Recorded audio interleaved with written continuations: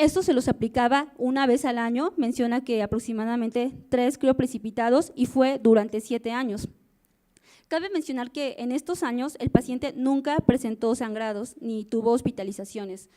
En el año de 1986 abandonó el tratamiento su tratamiento profiláctico lo abandonó de manera voluntaria y esto fue por la epidemia de VIH. El paciente pasó 10 años, como podemos observar, sin tratamiento y sin presentar sangrado. Refiere que en el año de 1996 inició con hematomas, hemartrosis, siendo referido a la unidad médica de alta especialidad. Se realizaron estudios de control porque él llegó comentando que tenía hemofilia, pero se desconocía qué tipo. Entonces se le realiza determinación de factor 8 y factor 9, siendo un 0% de factor 8 y factor 9 de 9.3%. Realizándose en ese mismo año el diagnóstico de hemofilia A severa más hemofilia B leve. Inició tratamiento a demanda con factor 8. En ese mismo año se le realiza el diagnóstico de hepatitis C y recibió tratamiento con interferón, ribavirina, logrando curación. Sus PCRs al año fue negativa, se la han hecho anualmente, su última fue en el 2015, siendo negativa. El paciente no presenta hepatopatía. En el año del 2006, el paciente presenta hemorragia de difícil control, se manejaba demanda con factor 8, entonces les llama la atención que con las dosis administradas no mejoraba, por lo que se le hace una determinación de inhibidores de factor 8, reportando 10 unidades Bethesda. Esto fue el inicial. Durante los años del 2006 al 2011 presentó múltiples internamientos por hemorragia en tejidos blandos. La mayoría de sus sangrados fueron en muslo y se descartó pseudotumor hemofílico. Su padecimiento actual lo inicia el 17 de septiembre del 2011, a las 18 horas, el paciente presenta parestesias en brazo izquierdo, referidas un dolor 5 de 10, sin aparente desencadenante. Él solamente estuvo en su domicilio, tomó una tableta de losartán refiriendo leve mejoría. Fue hasta el 19 de septiembre, aproximadamente a las 12 horas, que presenta un dolor de tipo opresivo en tórax, disnea y diaforesis, por lo que acude al hospital. Llega a las 13 horas, se le realiza un electrocardiograma de 12 derivaciones en el cual se observa ritmo sinusal, presencia de ondas Q en D2 y ABL, presenta elevación de las enzimas cardíacas, realizándose el diagnóstico de infarto agudo de miocardio en cara inferior subepicárdico. Se atendió en HGZ de manera inicial, se manejó con benzodiazepinas, con ácido acetilsalicílico y con pravastatina, y se envía de inmediato a la UMAE. Se valoró por cardiología, siendo no candidato a trombólisis por encontrarse fuera del periodo de ventana. Se le realizó un ecocardiograma a su ingreso con una FEBI del 40%, actualmente su FEBI es del 30%, y el paciente ingresó a la unidad de cuidados intensivos y se continuó con el manejo establecido en hospital de zona. Este era con lo mencionado del ácido acetil y benzodiazepinas.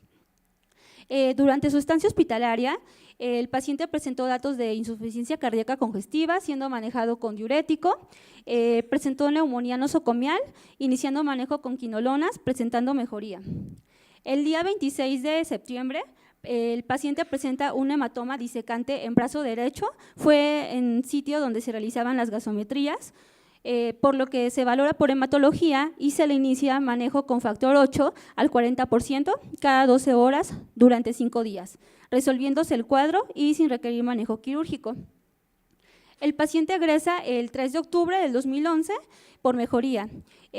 Cardiología lo da de alta y le indica ácido acetilsalicílico a dosis de 75 miligramos vía oral cada 24 horas, espironolactona, isosorbide, desconoce la dosis, metoprolol cada 24 horas y enalapril, así como pravastatina.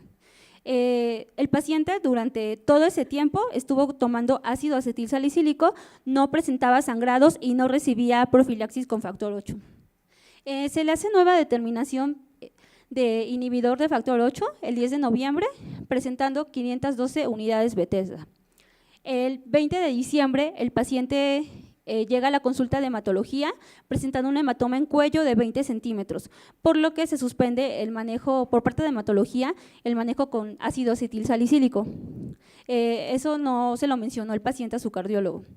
Y el 28 de febrero se realizan estudios de extensión presentando mutación de la metiltetrahidrofolato reductasa 677CT, siendo este homocigoto para esta mutación. El paciente no se le da manejo, se continúa en vigilancia. En abril del 2012 presenta cefalea, realizándose tomografía y se documenta un infarto parietal derecho. Tiene un internamiento en mayo del 2012 por dolor retroesternal, se diagnostica angina inestable y se descarta nuevo infarto agudo de miocardio. Aquí el paciente ya estaba sin ácido acetil. Actualmente nuestro paciente tiene 73 años de edad, está con los diagnósticos de hemofilia A severa con inhibidor, hemofilia B leve sin inhibidor y trombofilia primaria. Está sin profilaxis, se maneja con factor 7 o complejo protrombínico antiinhibidor del factor 8 a dosis bajas, a demanda, y él ha tenido múltiples internamientos por hematomas en tejidos blandos. Se maneja con el factor y egresa siempre por mejoría tras la administración del mismo. Bueno, eso fue todo. Para el comentario del caso clínico solicitamos a la doctora Alejandra Pérez Lizardi. Ella es residente de 4º año de hematología del Hospital de Especialidades Antonio Fraga Mouret, UMAE La Raza. Buenas noches, continuando con el análisis del caso clínico ya presentado. Bueno, levemente pues ya sabemos que la hemofilia A es un desorden hereditario ligado al cromosoma X que ocasiona un defecto en la síntesis del factor 8. Se han reportado más de 2.000 variantes específicas en el gen del factor 8, que es un gen grande que pesa 186 kilobytes. La medición de la actividad del factor 8 pues nos va a catalogar en leve, moderada o severa de acuerdo al porcentaje que ya sabemos, y la incidencia reportada es de 1 en cada 5.000 a 7.000 por cada nacimiento de hombres vivos. Entonces, personificando a nuestro paciente que ya nos presentaron, el señor CCHA, tiene 73 años actualmente, tiene una hemofilia A severa con inhibidor de alta respuesta. Llama la atención lo que presenta la compañera que refiere transfusiones durante la niñez, pero no especifica qué eventos presentó. Eso nos llamó la atención en el análisis que nosotros realizamos, solo recibimos un resumen clínico, no conocemos al paciente, y que presenta una extracción dental complicada 2 años previos al diagnóstico. Que el diagnóstico de la hemofilia A severa se diagnostica a edad en un paciente con adulto joven, no especifica la edad, pero haciendo cuentas más o menos tendría 27, 28 años al momento del diagnóstico, lo cual es tardío para una hemofilia A severa que no haya presentado alguna otra manifestación. Que presentara 10 años sin manejo y que no presentara ningún evento llama muchísimo la atención, y los eventos trombóticos en pacientes jóvenes, madre finada a los 40 años por EBC trombótico y sobrino finado a los 21 años por EBC trombótico de la misma manera. La medición, la que tenemos es en 1996 con un factor 8 al 0% y un factor 9 al 9.3%, lo cual, tratando de justificar por qué encontraron una disminución del factor 9, nos realizamos las siguientes cuestiones. ¿Cuántas determinaciones de factor 9 se realizaron a este paciente?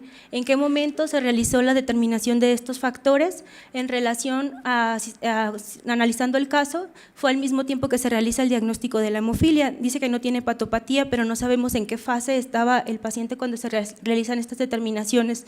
Ya que sabemos que es un factor K dependiente, entonces si tuviera alteraciones pudiera haber también alteraciones en los niveles de este factor.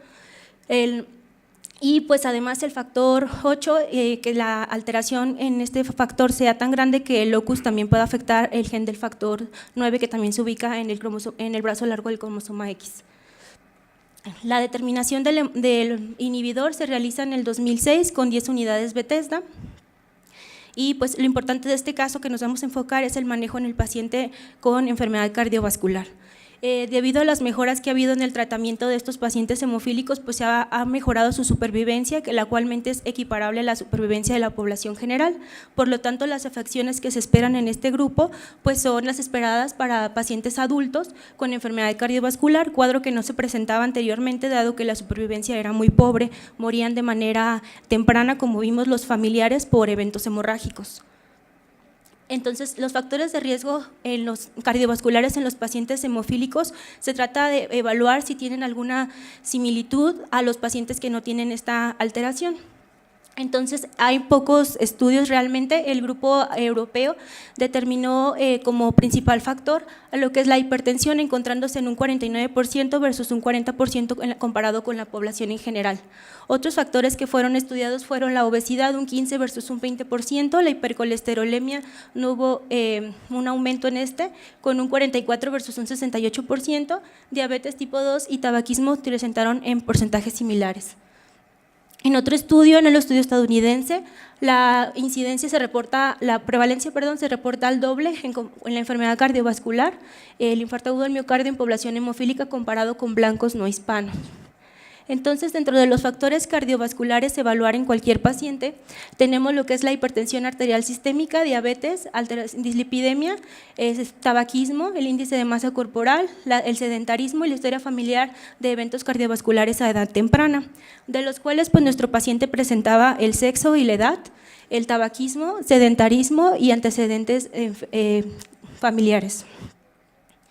Cuando comienza el cuadro clínico del paciente en el 2011, con 68 años de edad en ese momento, presentó 48 horas de evolución con una angina inestable, esto fue en el mes de septiembre, tipo infarto agudo al miocardio, subepicárdico, que recibió tratamiento con ácido acetilsalicílico, benzodiazepina y pravastatina.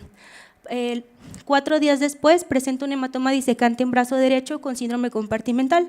Llama la atención aquí que habrían utilizado lo que es el factor 8 al 40% cada 12 horas por 5 días, dado que el paciente ya tenía 10 unidades Bethesda, lo cual es un inhibidor de alta respuesta y pues tendría que haber manejado con factor 7 o pues un FEIBA en su defecto. Y que no haya recibido el paciente profilaxis y ya se conocía que era una hemofilia severa. El 3 de octubre se egresa al paciente con dosis bajas de ácido salicílico, 75 miligramos cada 24 horas, de la misma manera sin profilaxis para la hemofilia.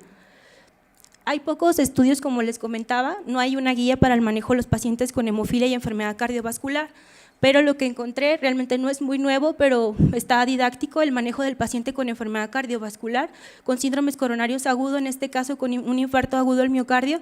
El paciente refiere que llega fuera de ventana para la realización de una trombolisis o una ICP facilitada. Sin embargo, tampoco se le realiza una coronangiografía, no se realiza tratamiento para el infarto agudo al miocardio con doble antiagregación plaquetaria, como lo manejan las guías para el manejo del infarto, con ácido acetilsalicílico y clopidogrel. No se menciona el motivo por el cual no recibe profilaxis para la hemofilia, con lo cual está descrito que debe de recibir el paciente, y al ser egresado debe de igualmente ser egresado con dosis bajas de clopidogrel de ácido acetilsalicílico y clopidogrel y profilaxis con factor. El tratamiento se prefiere tratamientos cortos de 4 a 6 semanas en comparación a la población general, que se pueden extender de 6 a 12 meses.